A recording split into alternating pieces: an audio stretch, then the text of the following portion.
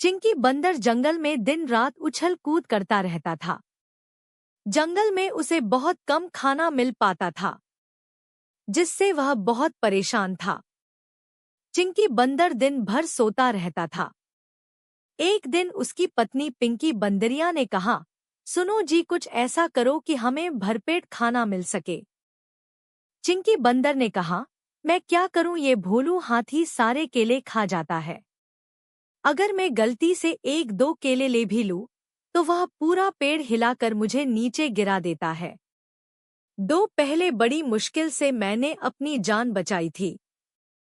चिंकी बंदर का एक छोटा सा बच्चा भी था। दोनों को उसके खाने की चिंता भी रहती थी। एक दिन चिंकी बंदर ने कहा, सुन पिंकी, मैं सोच रहा हूँ शहर चला जाता हूँ। सुना है वहाँ बहुत सा खाना मिल जाता है। अगर सब ठीक रहा तो मैं वापस आकर तुम दोनों को भी ले जाऊंगा। अगले दिन चिंकी बंदर शहर पहुंच जाता है। वहां उसे बहुत अच्छा खाना मिलने लगता है। कभी किसी की छत पर, कभी रास्ते पर वह फल और खाने का सामान उठाकर भाग लेता था। एक दिन चिंकी बंदर एक जगह पर बैठा आराम कर रहा था। तभी उसने देखा कि एक जादूगर जादू दिखा रहा है, जिसे देखकर सब लोग ताली बजा रहे थे और जादूगर को बहुत से पैसे दे रहे थे। चिंकी बंदर को यह काम बहुत पसंद आया। उसने सोचा, क्यों ना मैं जादू सीख जाऊं, तो जंगल के जानवर मुझे भी खाना लाकर ले दिया करेंगे और मेहनत भी नहीं करनी पड़ेगी। अब चिंकी बंदर दिन में जादू के करतब सीखने लगा।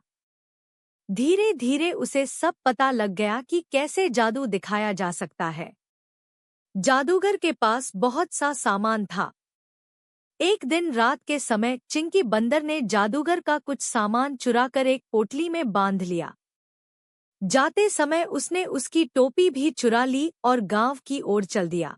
गांव पहुंचकर उसने अपनी पत्नी पिंकी से कहा, अब देख मैं क्या करता हूँ। बस तू ये टोपी और कपड़े मेरे हिसाब से सही कर दे, फिर देखना हमें कभी भी खाने की कमी नहीं होगी। पिंकी बंदरिया ने कपड़े छोटे कर दिए और टोपी भी छोटी कर दी। अगले दिन चिंकी बंदर ने सभी जानवरों को जादू दिखाने के लिए बुलाया। चिंकी बंदर तैयार होकर हाथ में एक डंडा लेकर जादू दिखाने लगा। जंगल के भोले भाले जानवर उसके जादू को देखकर आश्चर्यचकित रह गए। चिंकी बंदर ने एक मेज में बीच में सुराख कर रखा था। उसने उस पर एक कपड़ा बिछा दिया था, जो कि बीच में से फटा हुआ था। चिंकी बंदर ने कहा, भोलू हाथी, अपने केले यहाँ रखो, मैं जादू से आधे केले गायब कर दूंगा। भोलू हाथी ने कुछ केले रख दिए। इधर उसने पिंकी बंदरिया को सब समझा दिया था। वह मेज के नीचे बैठ गई और जैसे ही चिंकी ने केलों पर कपड़ा ढका, उसने मेज के सुराख से आधे केले निकल लिए। चिंकी ने कपड़ा हटाया तो वहां आधे ही केले थे।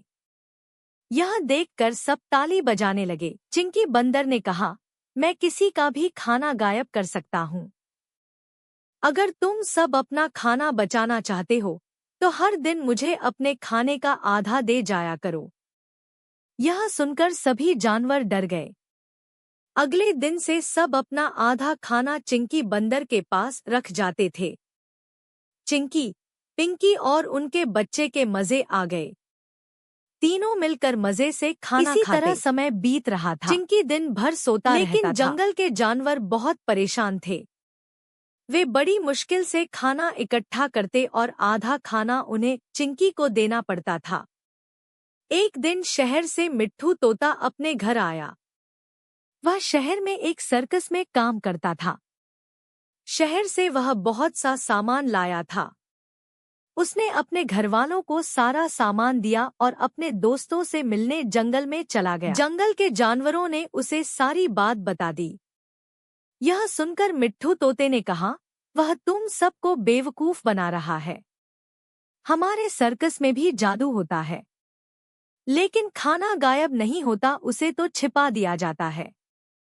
तुम उससे एक बार फिर से यह करतब दिखाने को कहो, मैं उसका भांडा फोड़ दूंगा। भोलू हाथी को बहुत गुस्सा आया। वह बाकी जानवरों के साथ चिंकी बंदर के पास पहुंचा और बोला, जादूगर भाई, हमें एक बार फिर से अपना जादू दिखा दो। चिंकी बंदर बोला, अभी तो मेरे सोने का समय है, कल इसी समय आ जाना। अगले दिन सभी जानवर मैदान में इकट्ठा हो गए। भोलू हाथी ने कहा, भाई, उस दिन की तरह मेरे आधे केले गायब करके दिखाओ।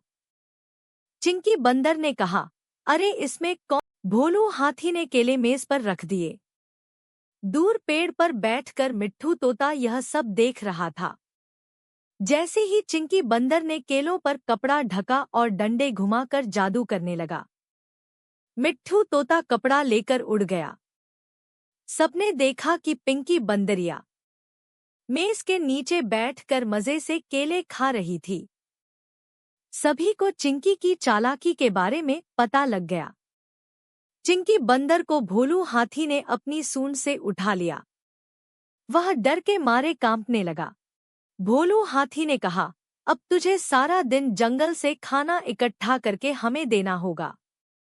बहुत दिन आराम कर लिया, अब तुम दोनों सभी जानवरों के लिए खाना इकट्ठा करो, नहीं तो मैं तुझे कुचल कर रख दूंगा।